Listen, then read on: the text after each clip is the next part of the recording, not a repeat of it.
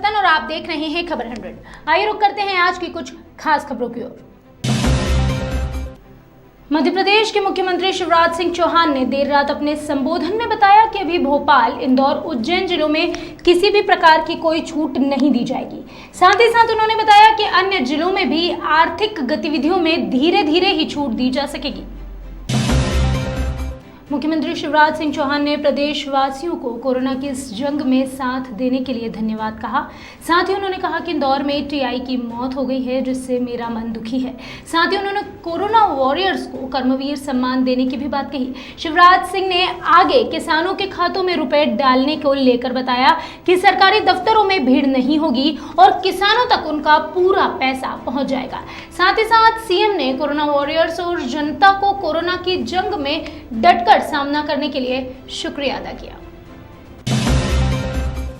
मध्य प्रदेश के मुखिया सीएम शिवराज सिंह चौहान ने अपने संबोधन में प्रदेश की जनता को धन्यवाद देते हुए कहा कि मनरेगा के काम व्यापक रूप से शुरू करेंगे। गुटखा, शराब पर पूरी तरह प्रतिबंध लगेगा। साथ ही कोरोना को लेकर 1250 शिक्षकों की ड्यूटी लगाई जाएगी। सीएम ने बताया कि स्वास्थ्य कर्मियों को 10,000 का सम्मान निधि देने का लक्ष्य निर्धारित किया है। साथ ही आर्थिक औद्योगिक गतिविधियां पूरी तरह से चालू होगी। वन उपज खरीदने की पूरी योजना भी तैयार है। प्रदेश की जनता को उन्होंने कहा कि मैं आपको भरोसा दिलाता हूं, चुनौतियों को अवसर में बदलकर ही रहूंगा। मध्य प्रदेश के कोने कोने में कोरोना अपने पैर पसार चुका है। लॉकडाउन का चरण जारी है। इसी बीच मध्य प्रदेश के कई जिलों में 20 अप्रैल यानी कि आज से रियायत देना शुरू हो चुकी है।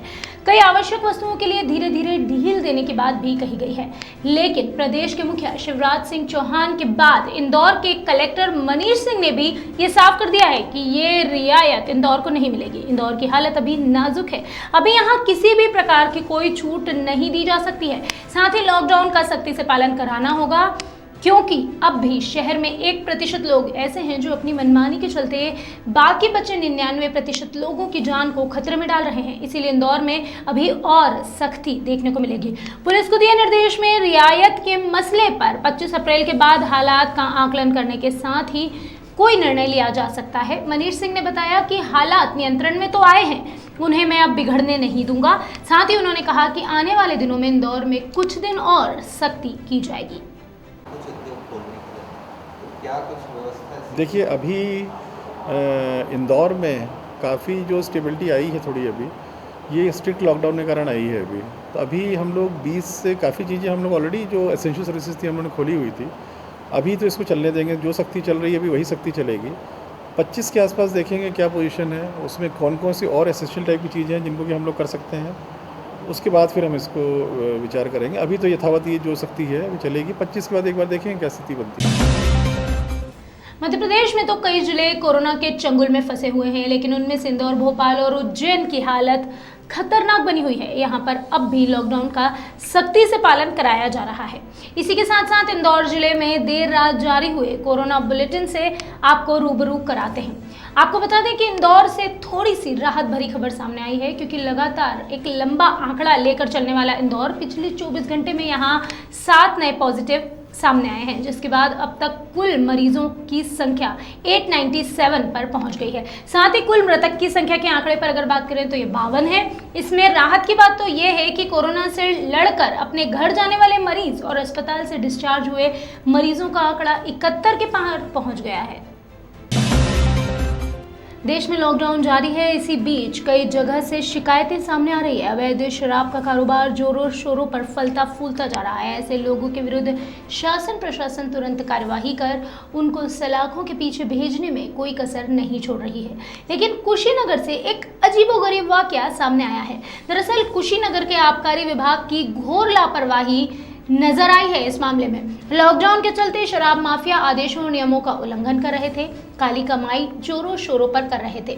वहीं इनके विरुद्ध आबकारी विभाग को सूचना दी गई कि शराब माफिया क्षेत्र में मनमानी कर रहे हैं, तो विभाग द्वारा एक घोर लापरवाही का हास्यास्पद कारनामा सामने आया। आपको बता दें कि यह पूरा मामला कुशीनगर के हाटा कोतवाली क्षेत्र का है, जहां पर हाटा नगर पालिका के पास बागनाथ चौराहे पर अंग्रेजी शराब की दुकान को सील करने के लिए जब प्रशासन पहुंचा तो उसे सील करने की बजाय पास स्थित नाई की दुकान को सील करके लौट आए।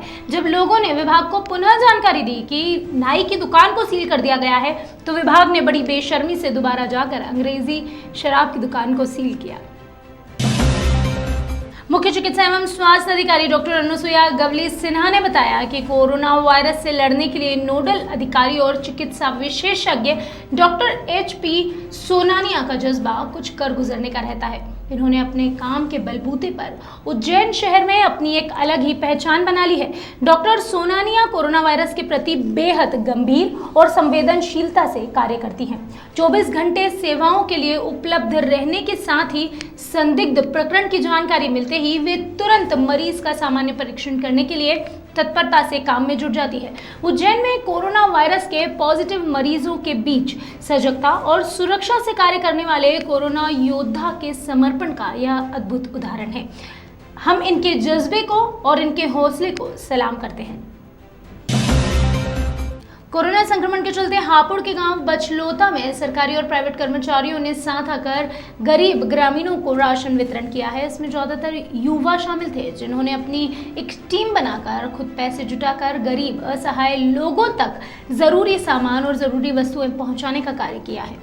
देखिए, जो बछलोता गांव की तरफ से ये राशन वितरित किया जा रहा है, जो हमारे सरकारी कर्मचारी हैं उनकी तरफ से ये फंड इकट्ठा किया गया है गरीब परिवार के लिए, जिसमें सभी को सूखा सामान दिया जाएगा। खाने का जो भी ज़रूरत सामान होता है 10 से 15 दिन का सामान है जो प्रति घर में यूज हो सकता है।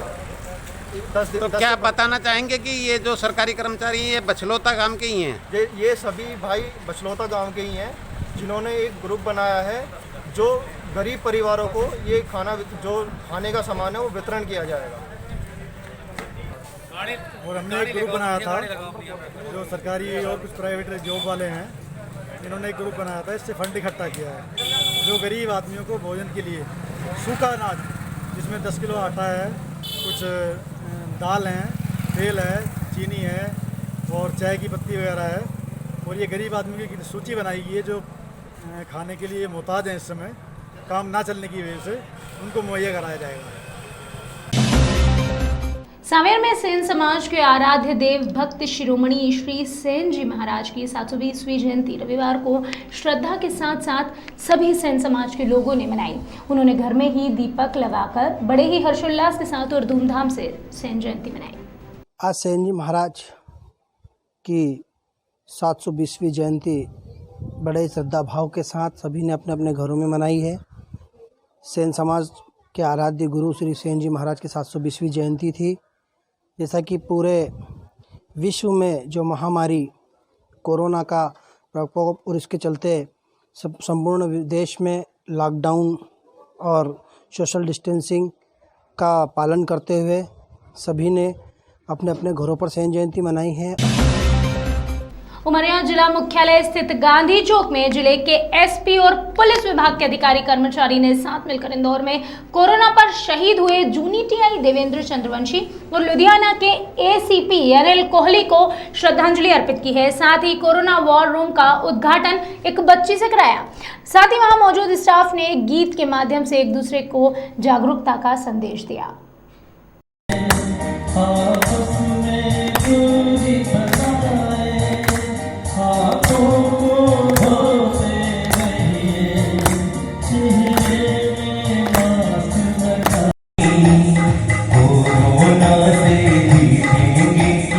आज यहाँ पे हमारे जो पुलिस हीरो हैं इंदौर के थाना प्रभारी देवेंद्र व पंजाब के ACP दोनों को श्रद्धांजलि दी गई है और हम सब मन से दुआएं करते हैं इस कठिन समय में उनका परिवार मजबूत रहे और हम सब उन्हीं के साथ हैं।